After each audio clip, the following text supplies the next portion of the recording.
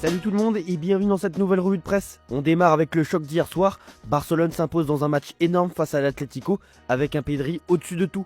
Baena ouvre le score, mais Rafinha puis Olmo renversent la partie sous l'impulsion du milieu canarien. Lewandowski rate un penalty, mais le Barça garde la maîtrise dans un duel au rythme très élevé. L'Atlético Madrid pousse en fin de match sans réussir à briser la défense catalane. Ferran Torres tue le suspense et le Camp Nou explose après une victoire qui vaut très cher. Dani Olmo provoque un penalty, marque un superbe but pour le 2-1, puis se luxe l'épaule en retombant après son tir. Le Barça perd un joueur clé. L'action décisive d'Olmo montre encore son importance. Les premières impressions annoncent une absence jusqu'en janvier. Le club attend les tests définitifs pour savoir s'il peut rejouer en 2025.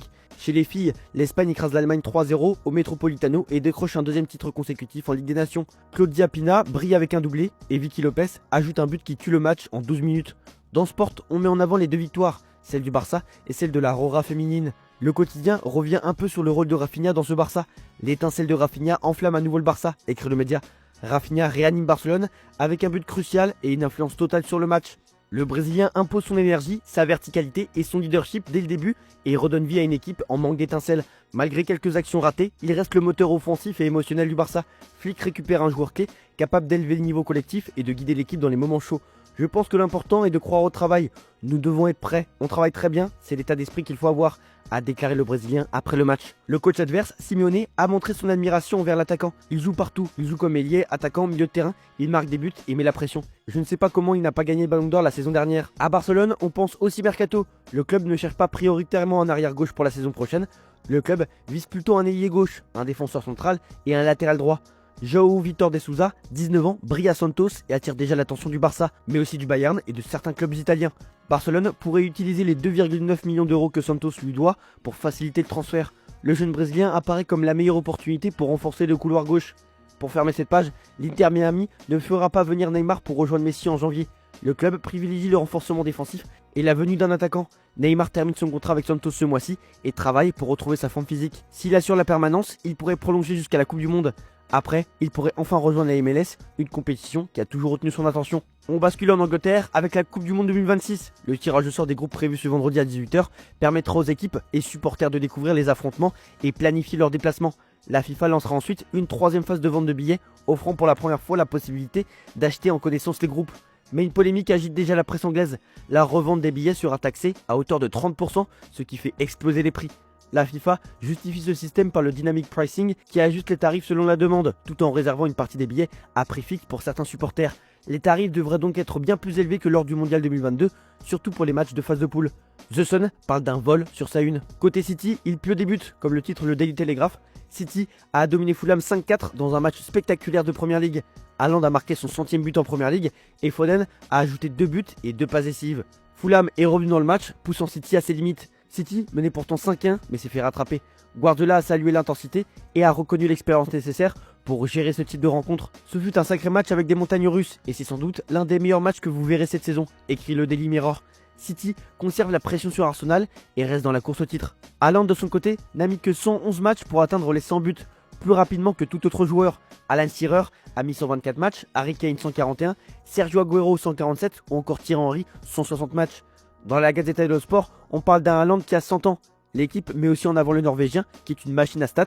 Sur ses 100 buts, 71 ont été inscrits du pied gauche, avec notamment 13 passes décisives de De Bruyne. Dans Sport, on titre « City règne en folie et Haaland entre dans l'histoire ».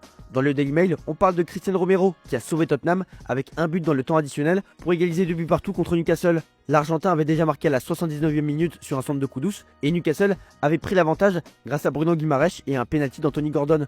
Tottenham repart avec un point précieux et de la confiance pour la réception de Brentford. Romero devient le héros inattendu des Spurs et redonne de l'espoir à Thomas Frank. Enfin, Jack Grealish a offert à Everton une première victoire chez Bournemouth depuis 2016 et a condamné l'équipe adverse à une 4e défaite en 5 matchs. On prend la direction de l'Italie avec la Juventus, les Turinois s'imposent 2-0 contre l'Udinese grâce à un but contre son camp de Palma et un penalty de Locatelli. Jonathan David et Loïs Openda voient 2 de leurs buts annulés pour hors-jeu. L'équipe domine la rencontre malgré un adversaire très regroupé et défensif. Mais que devient Jamie Vardy depuis son départ d'Angleterre ? Jamie Vardy relance Cremonense avec un doublé contre Bologne après 3 défaites consécutives.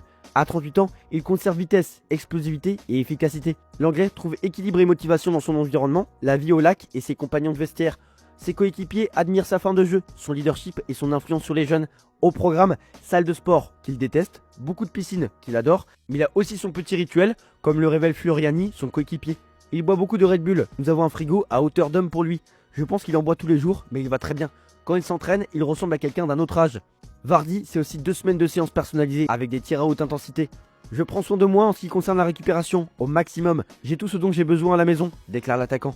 En Allemagne, c'est objectif Coupe d'Allemagne pour le Bayern Munich, mais l'Union Berlin prépare un plan pour semer le chaos contre le Bayern Munich à Berlin en 8e de finale. Depuis 2020, le Bayern n'a jamais atteint la finale de la Coupe dans la capitale. Les dernières défenses montrent des failles, surtout sur corner et dans la surface. Max Eberl souligne que l'adversaire reste imprévisible et difficile à contenir dans ces situations. Sinon, le Hertha Berlin écrase Kaiserslautern sur le score de 6-1 avec le jeune prodige de 16 ans, Kenneth Eichhorn, qui marque son premier but professionnel et devient le plus jeune buteur de l'histoire de la Coupe d'Allemagne. Dans le choc de la soirée, le Bayer Leverkusen a réussi à s'imposer sur la pelouse du Borussia Dortmund 1-0 grâce à un très joli but de Mazza à la 34e minute. Ce coup de patte en pleine lucarne a suffi pour permettre à Leverkusen de se hisser en quart de finale. On termine cette revue de presse avec l'actualité en France. Départ imminent, Franck Hayes est sur le point de quitter le GC Nice, comme le titre l'équipe.